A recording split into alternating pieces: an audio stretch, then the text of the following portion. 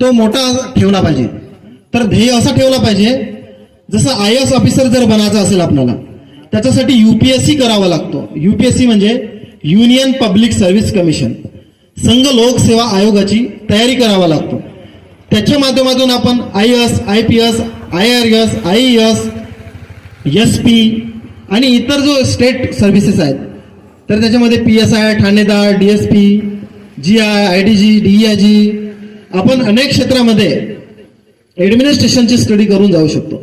जसं civil सर्व्हिसमध्ये civil जज, जसं मग सुप्रीम कोर्टमध्ये सुप्रीम कोर्टचा जज, याच्यावर सुद्धा आपण प्रयत्न केला पाहिजे.